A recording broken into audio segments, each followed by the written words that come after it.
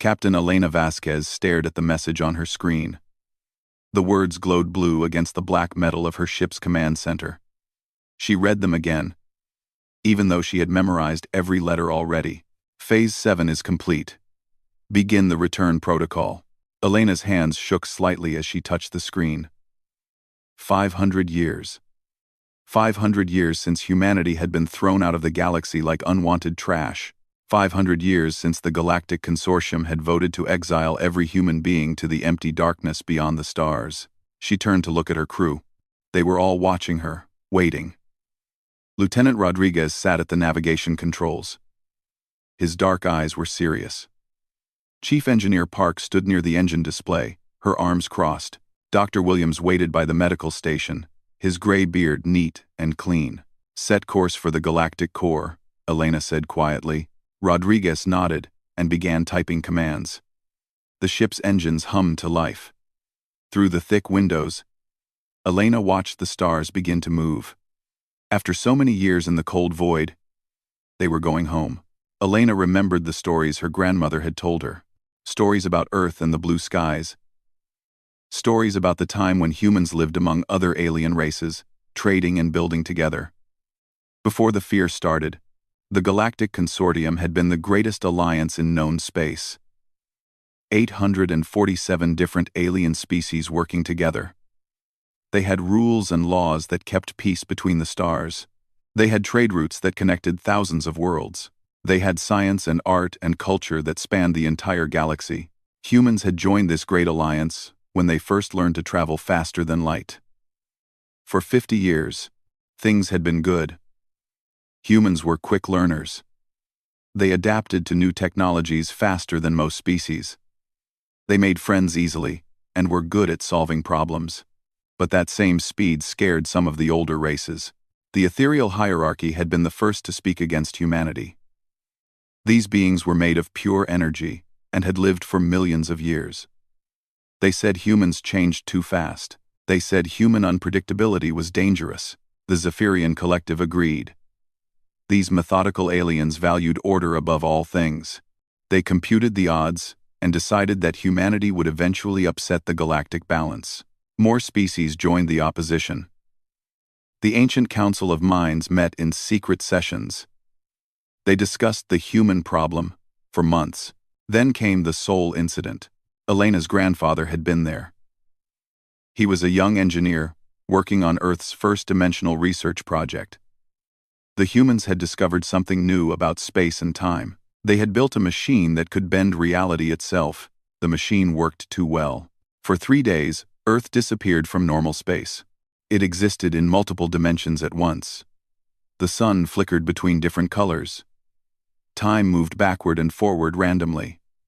Ships trying to reach Earth found themselves lost in spaces that should not exist. When Earth finally returned to normal, the consortium was terrified. The humans had touched something beyond their understanding. They had broken the basic rules of physics and survived.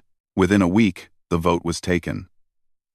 846 species voted to exile humanity.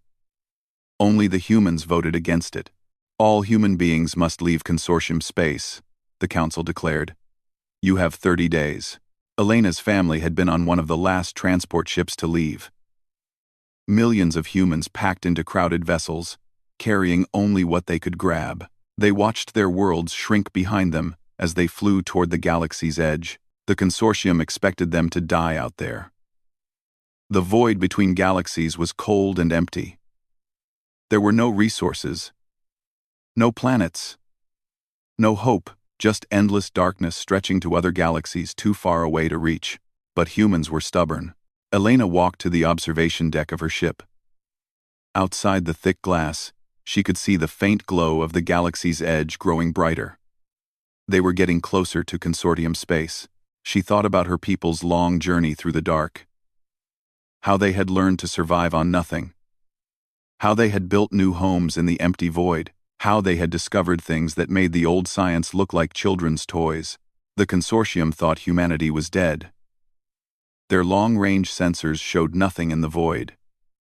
Their history books said the human exile was completed decades ago. They believed the dangerous species had finally been removed from galactic affairs. They were wrong. Elena touched the communication panel and opened a channel to Earth Command. The signal would take hours to reach home, but she needed to report. "This is Captain Vasquez of the deep reconnaissance vessel Prometheus," she said into the microphone.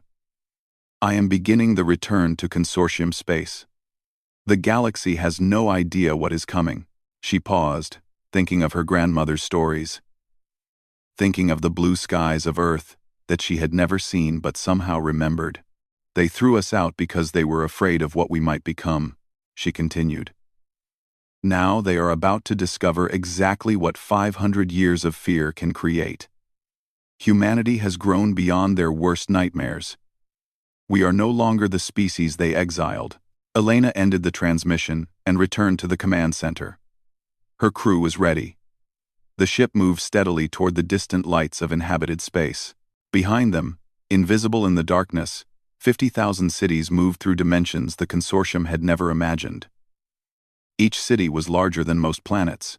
Each one held millions of humans who had learned to bend reality itself to their will. The exiles were coming home, but they were not the same people who had left.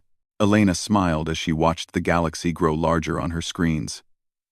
The consortium had made many mistakes over the centuries, but exiling humanity was about to prove the biggest mistake of all.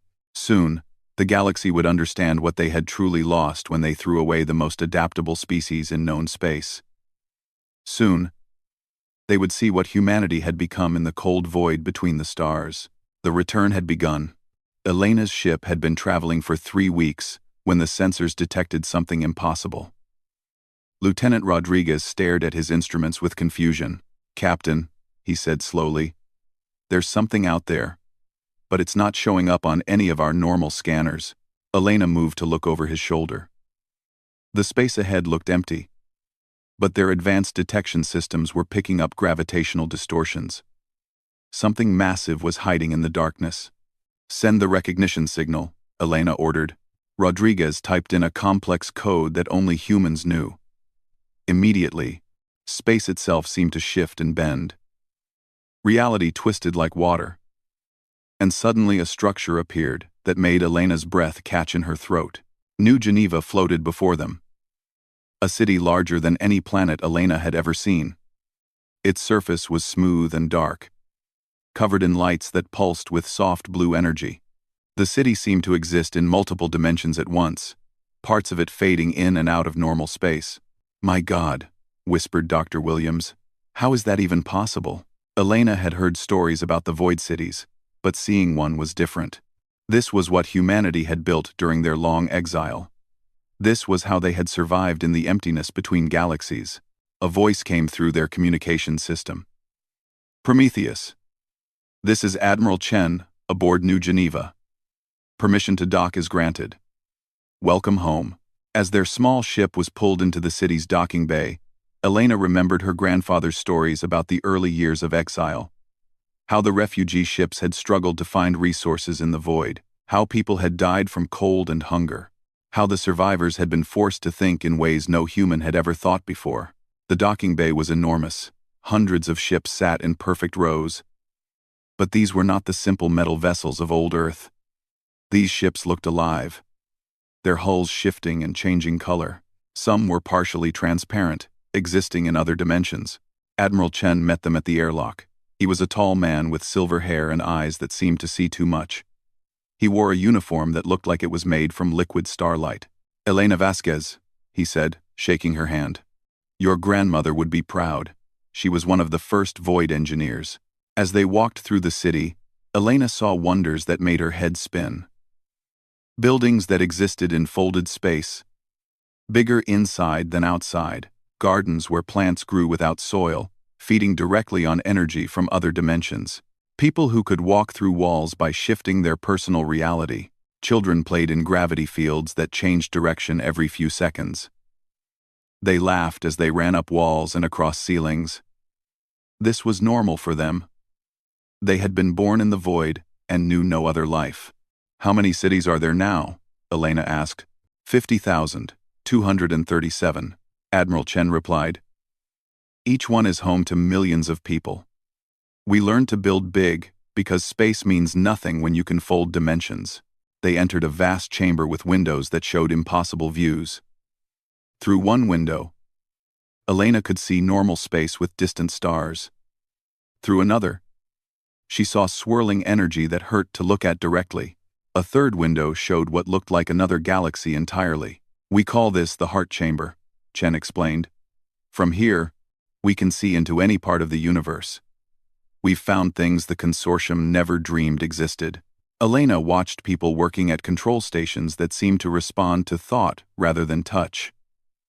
Engineers moved equipment by simply willing it to change location. Scientists studied energy patterns that existed in 17 different dimensions at once. The dark streams, Chen said, noticing her amazement. That's what we call the rivers of exotic matter that flow between universes. We learned to tap into them about 200 years ago. Once we understood how they worked, everything changed. He led her to another chamber where they could see the city's power core. It was beautiful and terrifying at the same time. A sphere of pure energy floated in the center of the room, surrounded by rings of metal that existed in multiple realities simultaneously. One power core like this could supply energy to the entire old Earth, Chen said. And we have thousands of them. Elena thought about the consortium's primitive fusion reactors and matter converters. They seemed like candles compared to this bonfire of cosmic energy. What about our population? She asked. Chen smiled. 2.7 trillion humans now live in the void cities.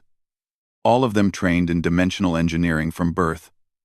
All of them capable of things the consortium considers impossible. They visited the shipyards next. Elena watched as new vessels were grown rather than built.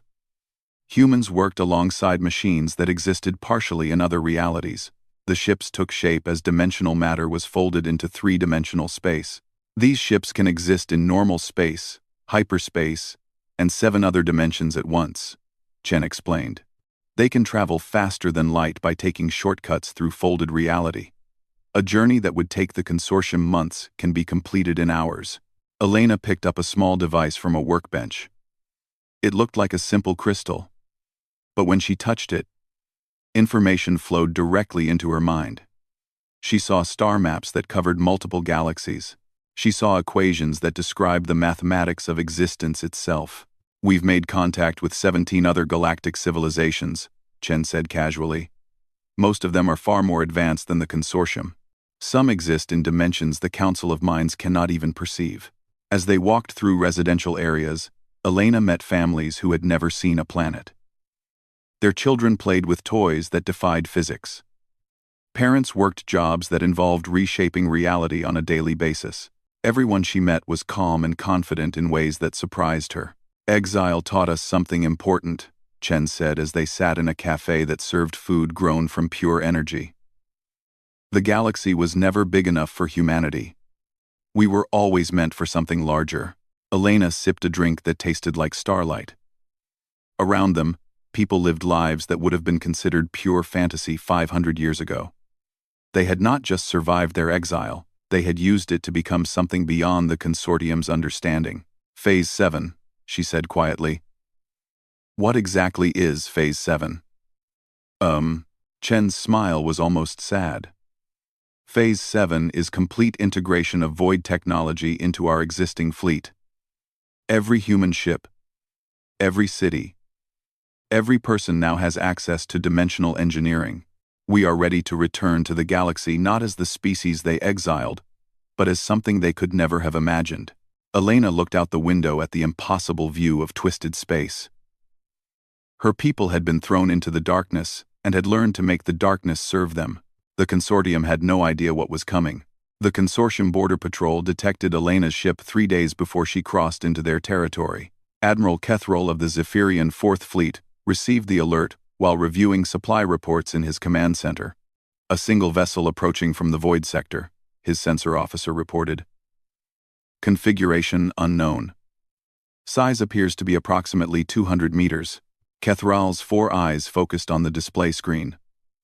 The Zephyrians were logical creatures who valued order and proper procedure. Border violations were handled according to strict protocols. Send the standard challenge, he ordered. If they do not respond within 1 hour, we will intercept. Elena received the consortium message as she entered the outer edge of their territory. The transmission was in the old galactic standard language, formal and cold. Unknown vessel. You are entering consortium space without authorization. State your identity and purpose immediately. Elena smiled as she opened a communication channel. This is Captain Elena Vasquez of the Terran Deep Survey vessel Prometheus. I am returning to consortium space under diplomatic immunity protocols established in the original Human Integration Treaty. On the Zephyrian flagship, Kethral's sensor officer turned to him with confusion. Admiral, the treaty he references was dissolved 500 years ago during the human exile. There are no humans left in this galaxy. Kethral calculated the possibilities. This was either an elaborate fraud or something more interesting. Bring the fleet to intercept course. Maintain battle readiness, but do not charge weapons yet. The Zephyrian Fourth Fleet consisted of 12 heavy cruisers and 40 escort vessels. Each ship was 2 kilometers long and bristled with plasma cannons and quantum torpedoes. It was enough firepower to destroy a small planet. Elena watched the consortium fleet approach on her screens. The ships looked exactly the same as they had 500 years ago. The same designs, the same weapons, the same thinking. Captain, Lieutenant Rodriguez said nervously. They have us completely surrounded. 52 ships total. Should I prepare defensive systems? No need, Elena replied calmly. Let's see what they do first. Admiral Kethral's ship moved to within 1 kilometer of Elena's vessel. Through his viewport, he could see the human ship clearly. It looked primitive compared to Zephyrian technology. The hull was made of some kind of dark metal that seemed to absorb light. There were no visible weapons or shield generators. Scan their technology, Kethral ordered. His science officer worked at her controls for several minutes, then looked up with frustration. Admiral, our scanners cannot penetrate their hull. It is as if the ship exists in multiple dimensions simultaneously. Kethral felt his stomach tighten. Multiple dimensions was theoretical science for the consortium. No species had ever successfully built technology that could function in more than 3 dimensions. Open a communication channel, he ordered. Elena's face appeared on the main screen of the Zephyrian flagship. She looked human enough, but there was something different about her. Her eyes seemed to see too much. When she moved, there were brief moments where she appeared slightly out of focus. Admiral Kethral, Elena said politely, I remember your species from the old days. Still following the same patrol patterns. I see. How do you know my name? Kethral demanded. And how do you know our patrol routes? Elena's smile was gentle but unsettling. We know many things, Admiral. The question is whether you want to learn or whether you want to repeat the mistakes of the past. Kethral's logical mind calculated the threat level. 1 small ship against 52 large ones. The mathematics were clear. Surrender your vessel immediately. You will be escorted to the nearest consortium base for questioning. 77. I'm afraid I cannot do that, Elena replied. But I would be happy to demonstrate why. Elena simply disappeared. Not into hyperspace.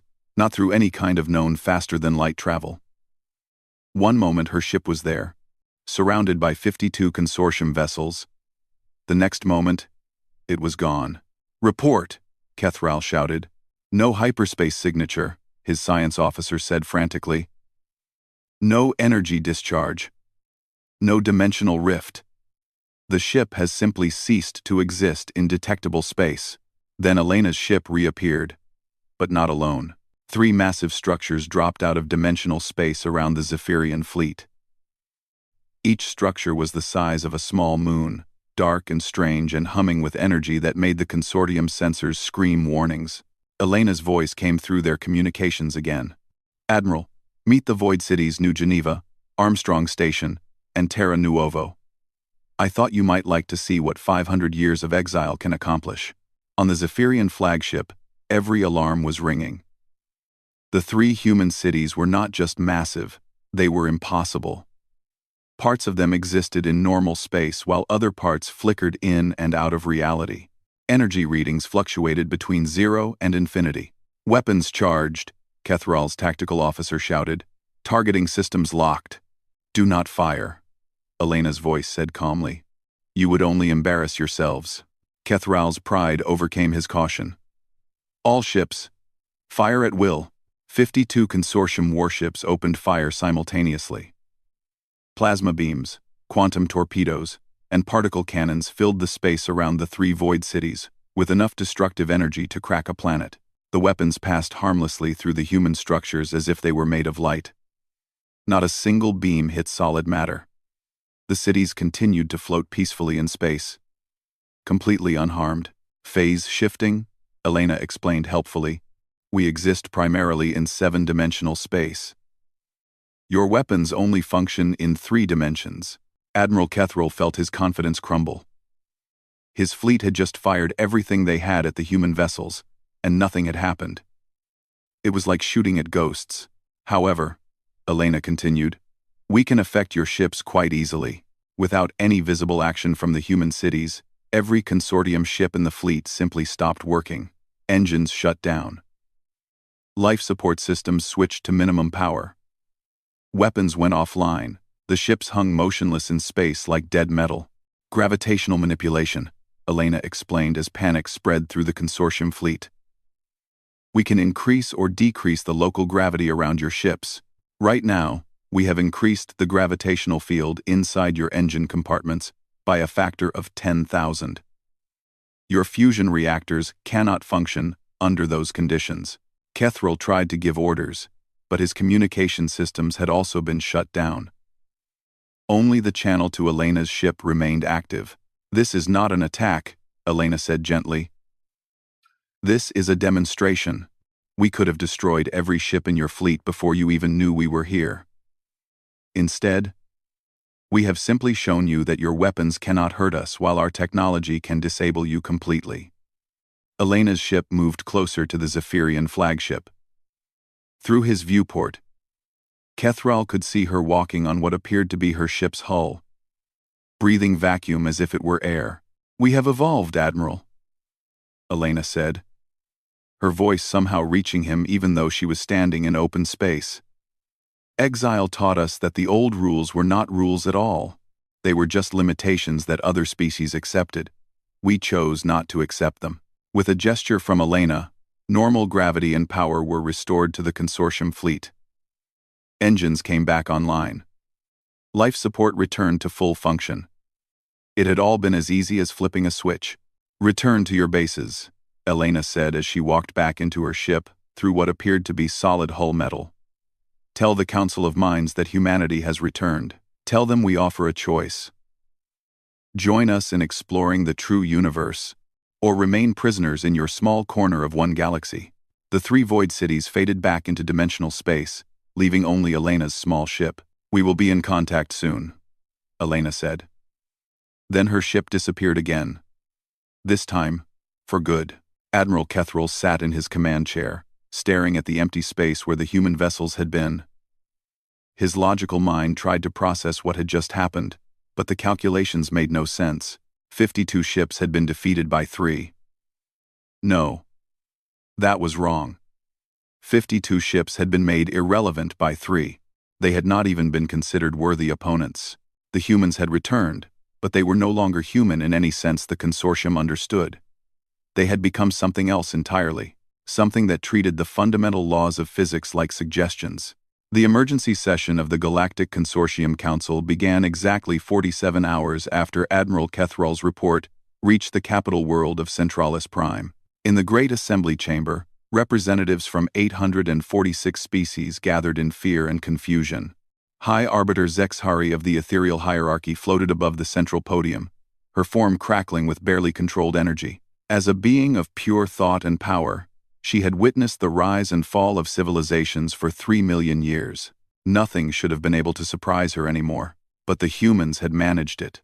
The report we have received, she began, her voice echoing through quantum speakers, defies all rational understanding. Admiral Kethral claims that 3 human vessels disabled 52 of our warships without firing a single weapon.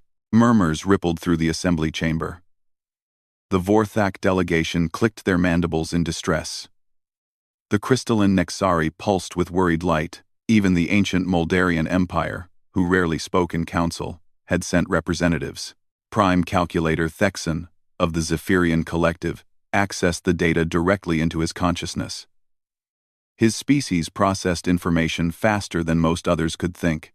After analyzing Admiral Kethral's sensor logs for 0.003 seconds, he spoke. "The evidence is mathematically consistent," he announced.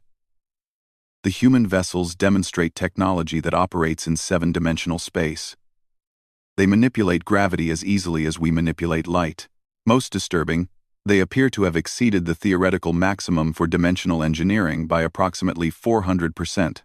The chamber erupted in shocked debate. Dimensional engineering was considered the ultimate science.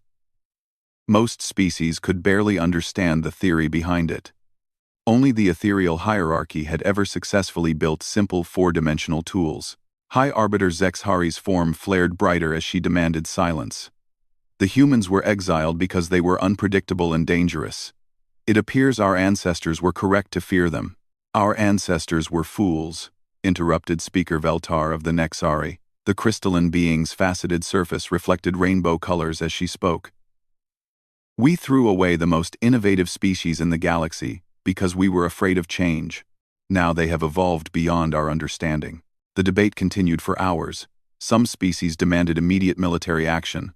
Others suggested hiding in the galactic core until the humans went away. The younger races, who had only heard legends about humanity, were curious rather than afraid. Finally, a message arrived that silenced the entire chamber. "Honored Council," the communication officer announced. "We are receiving a transmission from the human diplomatic vessel. They are requesting permission to address the assembly." High Arbiter Zexhari calculated the political implications. Refusing would appear weak. Accepting might validate human claims to galactic citizenship, but the alternative was continuing to debate with insufficient information. "Grant them access," she decided. Elena's image appeared on the central holographic display. She stood in what appeared to be a simple meeting room. But careful observers noticed that the walls seemed to exist in multiple dimensions simultaneously. Behind her, star maps showed galaxies that no consortium explorer had ever seen. "Honored representatives," Elena began, her voice calm and respectful. "I am Ambassador Elena Vasquez of the Terran Void Federation. I come to offer you a choice." The title made several delegates gasp. Federation implied that humanity now ruled multiple species. The Void reference suggested they had mastered the empty spaces between galaxies. Elena gestured, and the holographic display changed to show the galaxy from an impossible perspective. The view rotated slowly, revealing structures that the consortium had never detected. Vast networks of energy connected distant star systems. Pathways of folded space created shortcuts between galactic arms. 500 years ago, you exiled us because you feared our potential," Elena continued. "You were right to fear it, but wrong about what it would become. We did not use our abilities to conquer or destroy.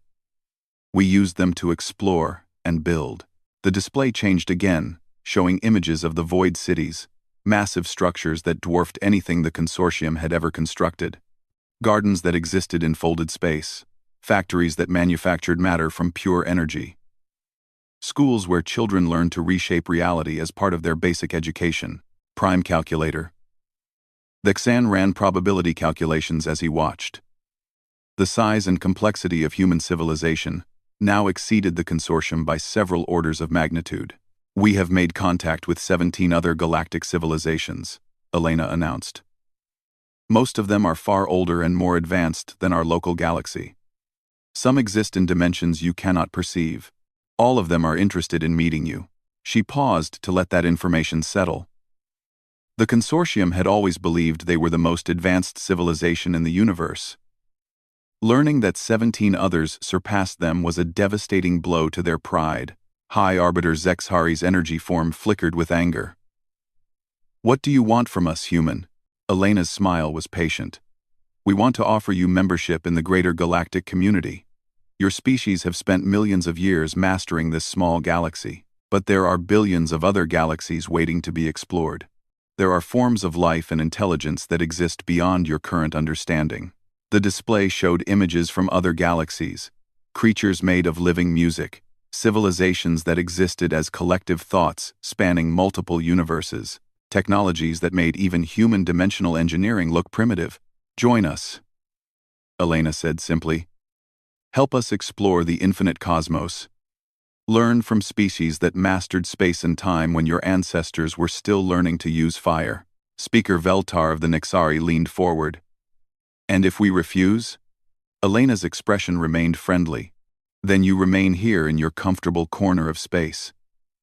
We will not force you to change. But we will not limit our own growth to make you feel safe." She gestured again, and the display showed human ships departing for distant galaxies, void cities moving through dimensional space toward other clusters of stars. The clear message was that humanity would explore the universe with or without consortium cooperation. "You say you have 17 other galactic allies," High Arbiter Zex Hari said suspiciously. "Why do you need us?" "Because you are part of our history," Elena replied. "Your species taught us valuable lessons during our time in the consortium. The Zephyrians showed us the importance of logical thinking. The Nexari demonstrated how to adapt quickly to new situations. Even the ethereal hierarchy, despite their fear, helped us understand the nature of energy-based existence." Elena's words were diplomatic, but her meaning was clear. Humanity had learned from their exile and grown stronger because of it. "We offer you a place in our expansion fleets," Elena continued. "Your knowledge of galactic politics would be valuable in first contact situations. Your various technologies could complement our dimensional engineering. Together, we could build something greater than any single species could achieve alone." The chamber fell silent as delegates considered the offer. Elena waited patiently, her image flickering slightly as it was transmitted through folded space.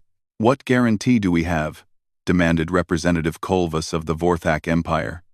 "That you will not simply conquer us once we lower our defenses?" Elena laughed, a sound that somehow conveyed both amusement and sadness. "Honored Representative, if we wanted to conquer you, this conversation would be unnecessary. We could have simply taken control of your worlds and moved your populations to suitable planets in other galaxies.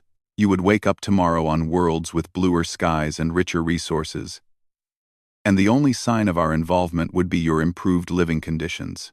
The casual way she described relocating entire populations made every delegate realize how completely the power balance had shifted. "Instead," Elena continued, "we prefer cooperation. Some of your species will choose to join us immediately. Others will need time to consider the offer. A few will probably choose to remain here permanently. All of these choices are acceptable to us." High Arbiter Zex Hari's energy form dimmed as she processed the implications. The humans were not threatening conquest because they no longer needed to conquer anything. They had transcended the need for territory or resources. "How long do we have to decide?" she asked. "Take all the time you need," Elena replied. "We are patient. Our exploration fleets will not depart for another local year. Any species that wishes to join us may do so. Any species that prefers to remain here will be left in peace." Elena's image began to fade as the transmission ended. "We will establish a diplomatic station at the edge of your territory. Your representatives are welcome to visit and see our technology for themselves. The choice, as always, is yours." As the hologram disappeared, the chamber erupted in frantic debate. Some species demanded immediate military preparation. Others called for surrender. Still others suggested joining the humans as quickly as possible. High Arbiter Zex Hari floated above the chaos, her ancient mind struggling to process the situation. In less than 1 hour, the humans had made it clear that the consortium was now irrelevant. They had offered membership in something greater, but only as junior partners. The species that had once exiled humanity for being too dangerous now faced a choice: evolve or be left behind in an empty galaxy. The age of the Galactic Consortium was ending. The age of the infinite cosmos had begun. 6 months after Elena's address to the Galactic Consortium, the galaxy had split into 3 distinct regions. Admiral Elena Vasquez, now promoted to First Admiral of the Terran Void Federation, stood on the observation deck of Terra Prime and watched the transformation with satisfaction. Terra Prime was humanity's newest and largest void city. It stretched across 47 dimensions simultaneously, creating internal spaces larger than most solar systems. Weather patterns moved through its artificial skies, and oceans stretched beyond horizons that existed in folded space. Through the dimensional viewports, Elena could see the great departure preparing. Hundreds of void cities had gathered in what had once been empty space. Each city teemed with volunteers from dozens of species, all preparing for the journey to the Andromeda Galaxy. First Admiral, Lieutenant Commander Rodriguez said, as he approached with his daily report. Elena still enjoyed working with her old crew, though Rodriguez now commanded his own exploration vessel. The Nexari delegation has completed their integration training. They are requesting assignment to the Centaurus expedition. Elena nodded approvingly. The crystalline Nexari had been among the first to join the Void Federation. Their ability to adapt quickly to new situations made them excellent explorers. Within weeks of their first diplomatic contact, Nexari volunteers had been learning dimensional engineering alongside human children. Approved, Elena said. What about the Zephyrian Collective? Prime Calculator Thexan has submitted formal application for membership, Rodriguez replied. The entire collective voted to join us. They say the logic is irrefutable. Remaining isolated in one galaxy when infinite galaxies are available would be irrational. Elena smiled.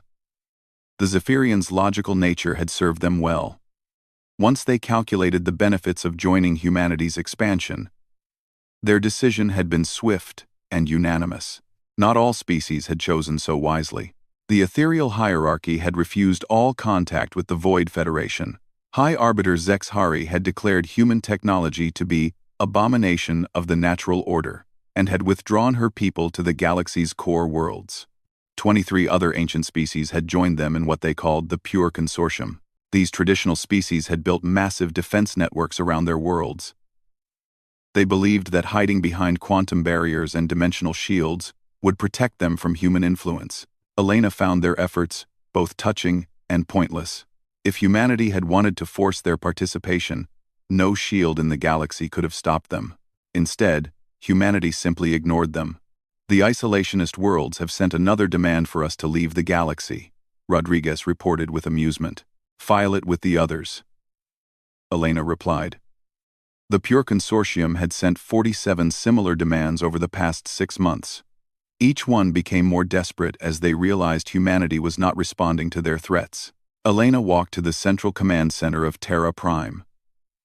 The vast chamber contained representatives from over 200 species, all working together to coordinate the greatest exploration effort in galactic history. Humans worked alongside insectoid Vorthak engineers. Gaseous Kelari provided weather management for the void cities. Even the rare Moldarians had contributed their ancient wisdom about long-term space travel. Dr. Sarah Park, now Director of Xenological Integration, briefed Elena on the latest developments. We've had contact with 3 more galactic civilizations, she reported. The Spiral Council from Galaxy M47 has agreed to provide navigation data for the intergalactic void. The Machine Collective from the Whirlpool Galaxy wants to establish trade agreements. Most interesting, we've received an invitation to visit the archive. Elena's eyebrows rose. The archive was legendary, even among the advanced civilizations humanity had contacted. It was rumored to be a repository of knowledge from every intelligent species that had ever existed. No one knew where it was located or who had built it. The invitation came through quantum-dimensional channels we cannot trace, Dr. Park continued. The message simply said that the archive is interested in meeting the species that learned to thrive in exile. Elena felt a familiar thrill of excitement. Even after humanity's incredible transformation, the universe continued to offer new mysteries and challenges. Schedule a preliminary expedition, Elena decided. Small fleet. Maximum dimensional shielding. If the archive has been watching us, we should be cautious until we understand their intentions. She turned to address the wider command center. Status report on departure protocol. Captain Yuki Tanaka, now in charge of fleet coordination, consulted her holographic displays. All volunteer expeditions are ready for departure. The Andromeda fleet consists of 4,700 void cities, with a combined population of 18 billion beings from 87 species. The Triangulum expedition has 2,000 cities. The Magellanic Clouds assignment has 500 cities for close-range exploration. Elena nodded, impressed by the numbers. In just 6 months, the Void Federation had grown from a purely human organization to a multi-species alliance larger than the old consortium had ever been. And unlike the consortium, which had been based on fear and control, the Federation was built on voluntary cooperation and shared curiosity. What about the long-range expeditions? Elena asked. The deep void explorer fleets are prepared for departure to galaxies beyond the local group, Captain Tanaka replied. Total commitment: 12,000 void cities, with volunteers from over 100 species. Estimated journey time to the nearest inhabited galaxy cluster: 47 years. Elena walked to the observation platform overlooking the departure zones. Through quantum-enhanced vision, she could see the incredible sight of entire civilizations preparing to leave the only galaxy they had ever known. Children born in folded space played games that would have seemed like magic to their grandparents. Scientists from species that had been enemies for millennia worked together on projects that spanned multiple dimensions. The transformation had not been without challenges. Some species had difficulty adapting to dimensional technology. Others struggled with the concept of abandoning territorial thinking. But humanity's 500 years of exile had taught them patience. They worked with each species at their own pace, helping them understand what was possible when limitations were removed. Elena's personal communicator chimed with an urgent message. She recognized the quantum signature immediately. It was from Earth. Elena, the message began in her grandmother's voice. We have received confirmation from the archive. They are indeed interested in formal contact. However, they have made an unusual request. They want to meet with representatives who understand what it means to be cast out and forced to survive alone. They specifically asked for the exiles who learned to command the darkness between stars. Elena smiled as she realized the implications. The archive had been watching humanity's transformation from the beginning. Perhaps they had even been through something similar themselves. The universe, she said quietly to herself, is far more interesting than any of us imagined. The universe. As the great departure fleets powered up their dimensional engines, Elena felt the weight of history on her shoulders. 500 years ago, her ancestors had been thrown out of the galaxy as dangerous undesirables. Now, those same undesirables were leading the greatest expansion of consciousness and cooperation in known history. The irony was not lost on her. Behind them, in the galaxy's core, the pure consortium huddled behind their shields and proclaimed their superiority. They had kept their small corner of space exactly as it had always been: safe, predictable, and limited. Ahead of them, infinite galaxies waited with infinite possibilities. New forms of life, new types of intelligence, new ways of existing that no one had ever imagined. And leading the exploration were the species that had chosen to embrace change rather than fear it. Elena opened a communication channel to all Federation fleets. This is First Admiral Vasquez.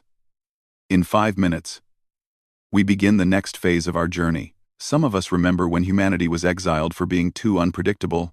Today, we lead an alliance of free species toward horizons that have no limits. She paused, thinking of her grandmother and all the humans who had died in the early years of exile. They had not lived to see this moment, but their sacrifice had made it possible. To those who chose exile over submission, she continued. To those who chose growth over safety, and to those who chose the infinite cosmos over the comfortable cage. Today, we inherit the universe they dreamed of. The departure began with a sound like reality tearing.